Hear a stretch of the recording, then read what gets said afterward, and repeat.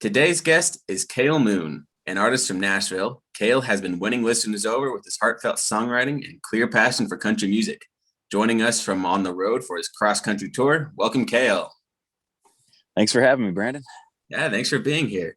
So first off, where are you at right now? I know you're on the road somewhere. Where is that?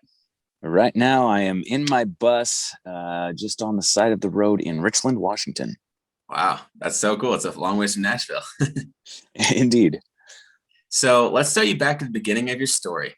Where were you born and raised, and how did music first come into your life? Well, I was born at a very early age in Elko, Nevada, and raised there for 10 years, and then spent another 8 years in Washington State, actually right here where I'm at right now. Wow. I wasn't really raised in a musical environment. I was raised in a very conservative Christian family that to kind of keep any negative influences out, we only listened to like classical symphonies and chorals and that kind of thing. And I've always had a passion for arrangement. And so listening to the way that the different instruments corresponded with each other, the harmonies, the melodies. But I never really thought of it as a job, like that was actually a viable career. But then I was about 11 when I discovered country music and got really heavy into it. And then when I was 12, my voice dropped from a high tenor to a baritone almost overnight. And that gave me my edge to start singing. That's so And cool. from there, I started songwriting because my sister started it. And I thought, well, she can do it. I can do it. And then I stuck with it. And so I have her to thank for that. Then it wasn't really anything that I really pursued full time. Like it was just something fun to do. And I started actually acting at 11. And that's what I thought I would go into full time. And so I entered a competition in 2009 when I was 15 to be part of the World Championships of Performing Arts, which is like the Olympics, but for singing, acting, dancing, performing arts. Wow. And 30 countries competed that year.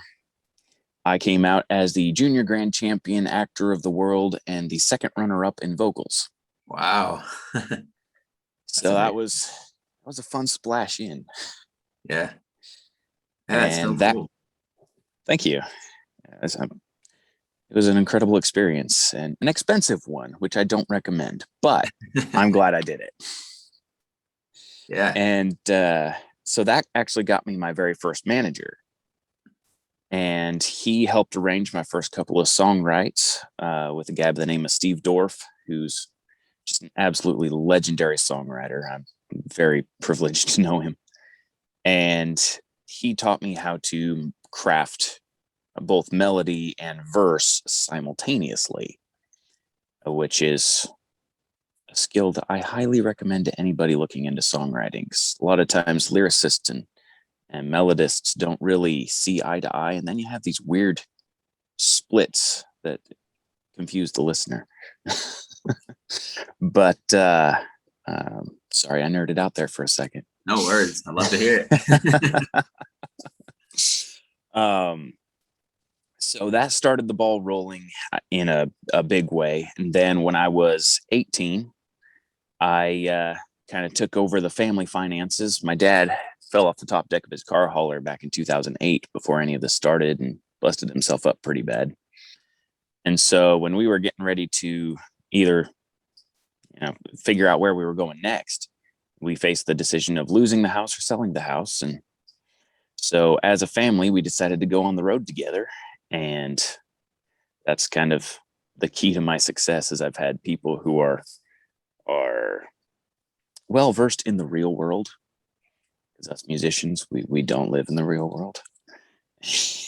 So it's nice to have people who are grounded and financially responsible to aid me in there. So my dad, being a long haul truck driver, he was my driver, still is to this day. And my mom, she's a certified bookkeeper. So I had a great team to start out with and been doing that for 10 years now. Wow.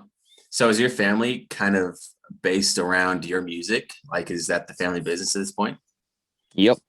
Wow, that's amazing. So yeah, let's walk it back a little bit, a little earlier in your story. What was it like growing up in Elko, and like how did that affect your music? Did it have an effect on it? I think it did, to the point where Elko is a gold mining town. So there's a lot of different people there from all different backgrounds all over the world. And so I had a whole different view on people, even though music wasn't really part of it. Like, I wasn't really secluded, just kind of, well, actually, yeah, very, very secluded. Not intentionally, just kind of the way it was. And so I didn't really discover popular music until I was in the double digits. And so I didn't have any preconceived notions as to what my grandparents' music was, what my parents' music was, what is cool music. So I got to learn it all,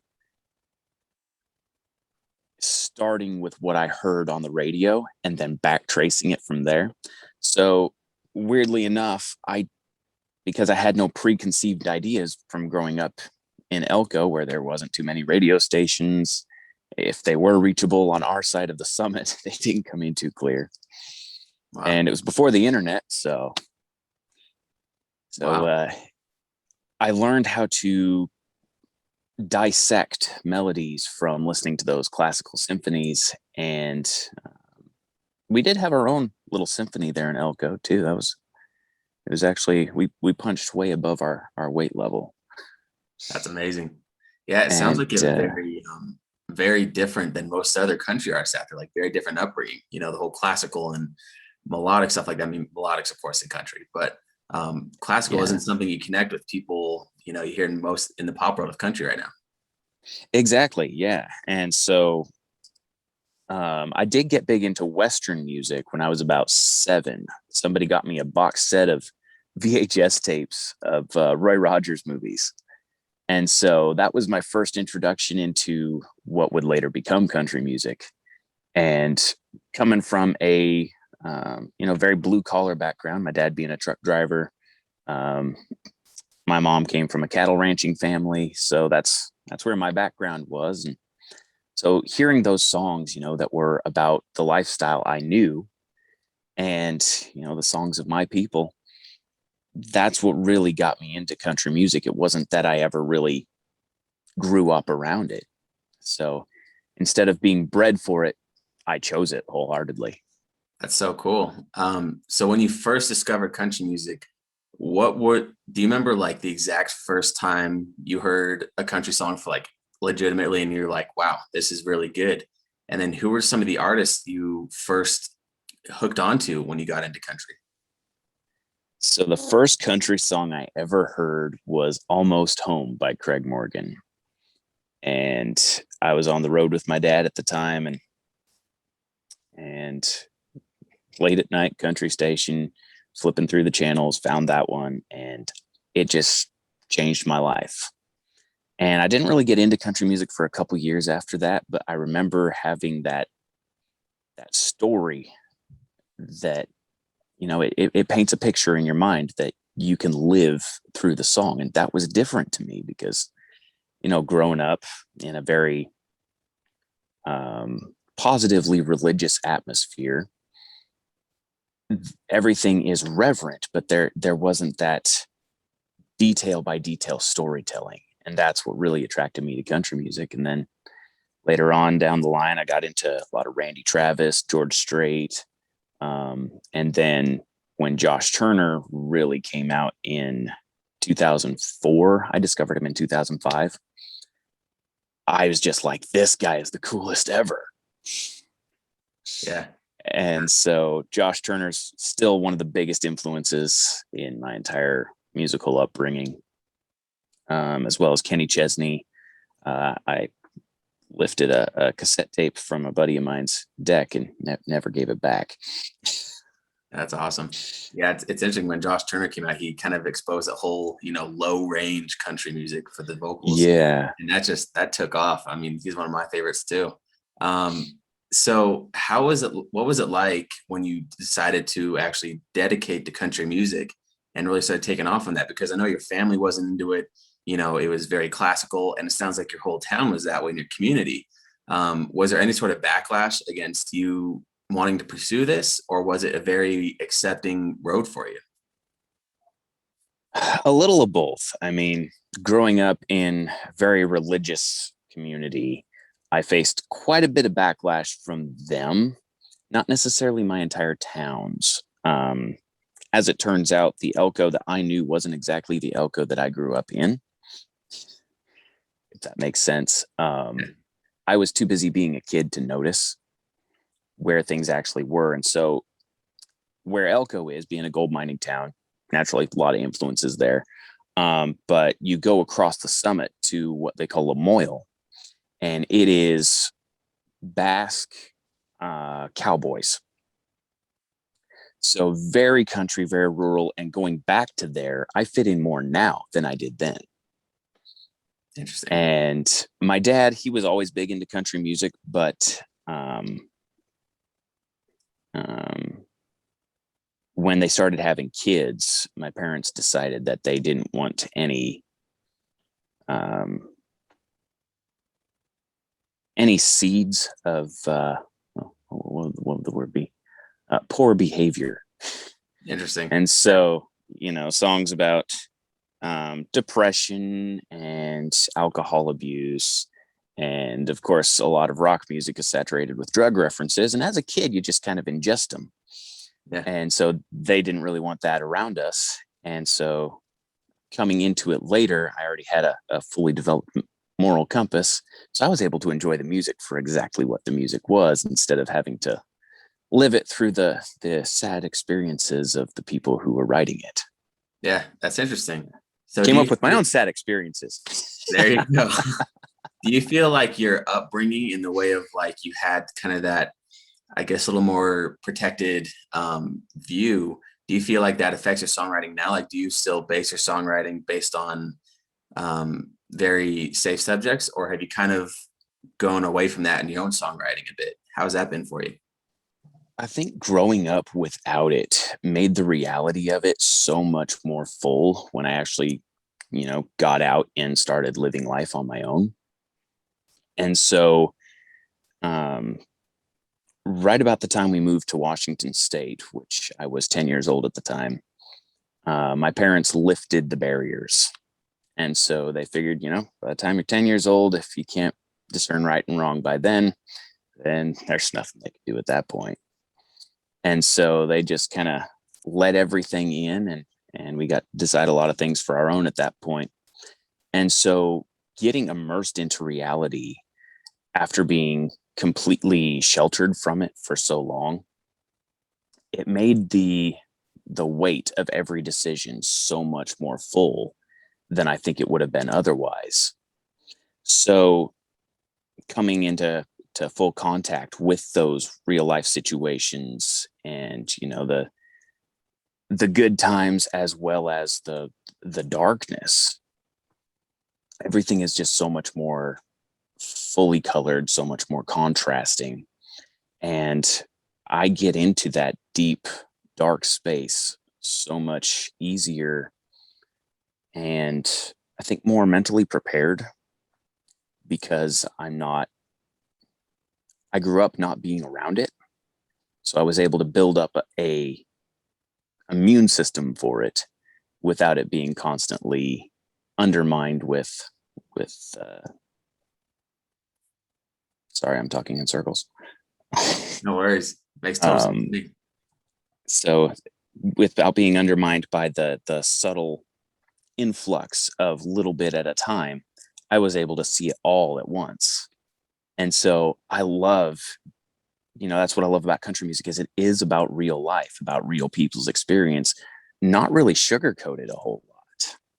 So yeah, life is sad. Life is full of pain and heartache, but at the same time, there's beauty in all of it. And it's nice to be able to see both sides of that coin and be able to go back and forth. Absolutely. That's amazing perspective. And it sounds like it's been a really cool journey to get you there, and it's really paid off now. So your family moved, after Washington and Nevada. and decided to go on the road. At what point did you decide to move to Nashville? What took you to Nashville? Nashville actually started before I even went on the road. When I was 16, with my first manager, we decided to go full out and make our own album, which we recorded in Kennewick, Washington. And that went over so well that within 2 weeks, I was getting calls from Nashville. And so I went to Nashville, cut a record when I was 17, and that really started the ball rolling. That's what gave us the momentum to be able to even consider going on the road as a feasible option. Feasible? That's not a word. Feasible option. And so having that album already out, ready to go, having the name drop ability, yeah, I worked with Chris Lusinger, Garth Brooks lead guitarist. Yeah, that's awesome. Taylor Swift's drummer. And so having that little bit of kind of street cred, as it were, gave me the ability to go out and really push that. And so having Nashville attached to my name at that point, we just stuck it on the side of the bus and went for it. Wow, that's amazing. So what was it like first going on tour? What was your experience with those first tours? Was it hard for you? Was it just something so comfortable for you? And I guess just how was that whole experience for you? It was a mixture of just another day in the life and scared witless, because I jumped into a pool that I had no idea what I was doing up until 2 years ago. Still didn't, but it kept working, so I kept going for it. And there's a lot of teething problems when you first go on the road, start booking your own shows. It's rough. And again, I thank God for having my family close by to keep me grounded in reality and not get too lost in the weeds of the entire weight of the industry that you have to now, you start out in the kiddie pool in your own hometown, and then you're thrust into the middle of the ocean when you start touring. And it's like, how do I swim? Yeah. And there's really no guidebook that tells it straight. So you have to learn by just jumping in and going for it. And I'm one of the lucky ones that's still doing it. That's so cool. What's your live show like? Is it just you performing? Do you have a band? What's your setup? I do both. Most of my shows right now are solo. It's easier to set up, easier to interact with the crowd, because to take it back a little bit, when I went on the road in 13, in 14, I moved full-time to Nashville for several months at a time. Well, I guess that's not really full-time now, is it? Sorry, early morning, my brain is super nerdy. But I worked on Broadway for the Mafia for a little bit. And being on those bars in Broadway, you learn to be a live jukebox. So when I moved there, I knew maybe 300 songs. Wow. And that was pushing it. Out of which 130 of those were mine. So it's hard to get a crowd going on original music when that's all you really have. But in Nashville, when people request a song and I didn't know it, I would go home and I would learn it. So every day after every shift, I would go back to the bus and I would learn 20 songs. And then that compounded over a few months period. Now I have a repertoire of about 3,500 songs. And so being a solo show, I can interact with the crowd and we can do like a full all request hour. And 9 times in 10, I can do the song instantly. And it's a fun skill set to have, because it makes the interaction with the crowd so much more intense. So then we can banter back and forth and having their request gives me more of an idea of what they want to hear from me. And that influences my songwriting later down the line. That's like a superpower. solo shows are, Kind of. I'm very blessed to have had Yeah. that training. And so if you really want to the musicians listening out there that feel their live shows are lacking, go get beat up on Lower Broadway in Nashville for a couple of years. It's awesome. It's soul suckingly depressing for a while, but when you leave, it's a great experience. That's awesome. So yeah, I mean, is that hard to learn? Like, how was it challenging at first to learn those songs, or did you just get better over time? Or what's the hardest part of keeping that catalog? Is it the chords? Is it the lyrics? How is that for you to The like keep it all in lyrics your is memory? the hardest part. Like up until the last 3 years, it came super easy to me because I used to have this ability where I could listen to a song 3 times. And after the third time, it's committed to memory. I know it word for word, all the note inflections. And now it's getting to the point where I'm becoming an old man. And certain songs start blending together. So keeping the lyrics straight is the toughest part of all of it.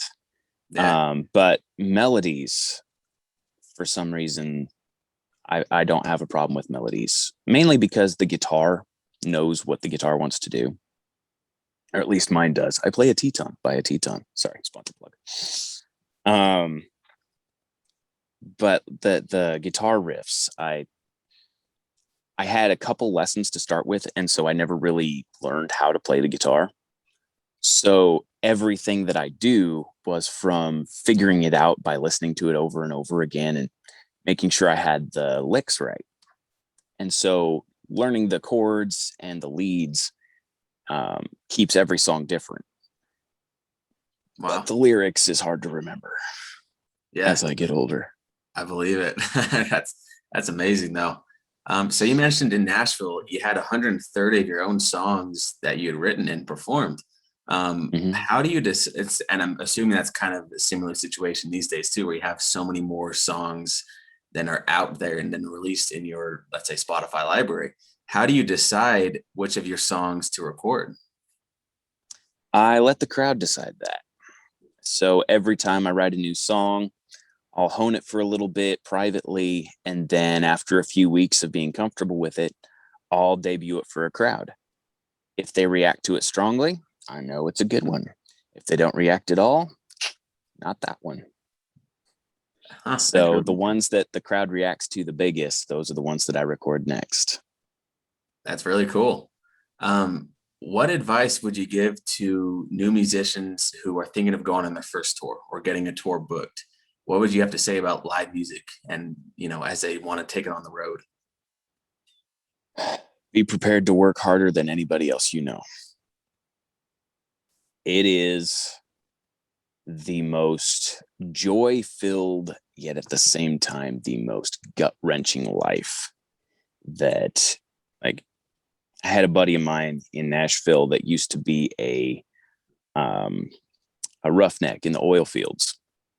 And he said he didn't know pain until he became a full-time musician because it's just constant mental agony trying to show what you love to people who love it, but there's people in the middle. They're called agents. Horrifying people. And trying to impress them is the toughest part. So that's where the work comes in. So having to keep the love of the music alive while being deep in the paperwork and the negotiations and just the everyday life of logistics, it's really easy to let that suck the love of the music out. But if you go into it knowing that it's going to be a lot of hard work, it becomes easier to love every single part of it. And so, and the thing that blindsided me is people who aren't musicians are like, you're too work obsessed. I love what I do. How can you be over obsessed with something that you love? And so be prepared for people to not understand what you're doing. Be prepared to lose a lot of friends. But at the end of the day, it's all worth it because if you were born to make music, nothing else will do. I There's love nothing that. like that high of being on the stage in front of the fans. And I guess that would be my biggest advice, because I've seen a lot of people more talented, smarter than me that burn out because what's most easily forgotten is who we're doing it for. We can do it for ourselves, at which point, why do it for anybody else? We can do it, because the music deserves to be heard. But at the end of the day, respect for the fans. When we give our all for the people who are buying the records, who are coming to the shows, that's where the magic is. And so when those people are into it, that's what counts. As long as those people are happy, no one else matters. Not the labels, not the agents, not the managers. Keeping the fans happy. That's where it's at. I love that. And I totally agree. I think it's an amazing view. So you mentioned it's a lot of work. So when you're going on tour and like when you're preparing for a tour, is a lot of the work before you go on the tour, like just get it set up?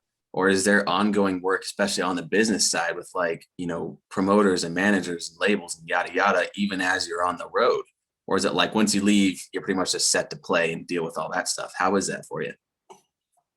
For me, yeah, it's a lot of work beforehand, and it's still a lot of work during, but it doesn't feel like quite as much work once you're actually on tour because you're getting to play every night.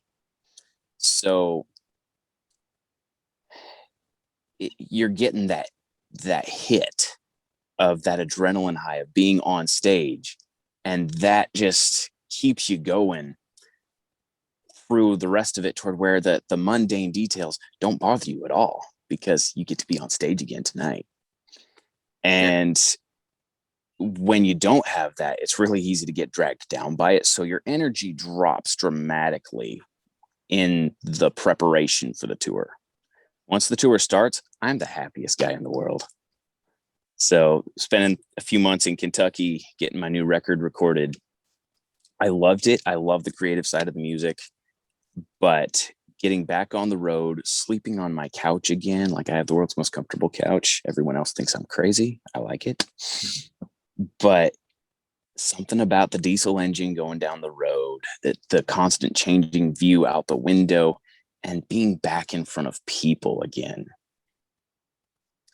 Even though the work is mostly still the same, it doesn't feel like it. That's interesting. It's like you have this fuel source finally. That's awesome. Exactly.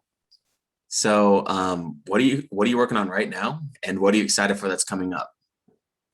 So right now I am finishing up my first ever solo produced record. Been burned a couple times with my last few recordings, and even had one that died a horrible death before it ever was born. And so I just decided, enough with the games. If I can't trust anybody else, I'll do everything myself. And it's turned out far better than it should have. It's And awesome. so I'm really stoked for that, doing my own production, running my own studio, and being able to record the songs that, like I said, the fans choose, without a producer saying, well, this is what's hot right now. The energy that's on this new record is just out of this world. I had so much fun making it. And so I got a new single coming out here in just a few weeks that I'm pretty excited about. And then the full album dropping later this year. And probably the best tour schedule I've had in well over a year. Of course, last year the bar was low. Yeah. COVID, really, man. Yeah. That was horrifying. I bet. And especially for someone who tours so much, it sounds like it must have been a real wrench in your system. Oh yeah, going from that to Facebook Live concerts, which was its own fun learning experience there. Choosing to love it is probably the thing that gets you through the most of the work, because everything's just, it's fun to learn. And so I enjoyed the video production, but getting back into live shows, I can't reiterate, just that there ain't a drug on the planet that can replicate that high.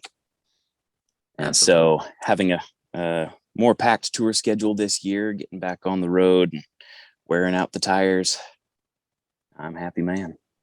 That's awesome, man. I love to hear it. And I'm excited for what's coming up, the album and the tour and all that. Sounds like great things are coming. And hey, thanks for talking with me today. It's been a great time and I've loved hearing your My stories, your pleasure. experiences, and your views. It's been really interesting and I've loved it. Well, thank you. Thank you very much.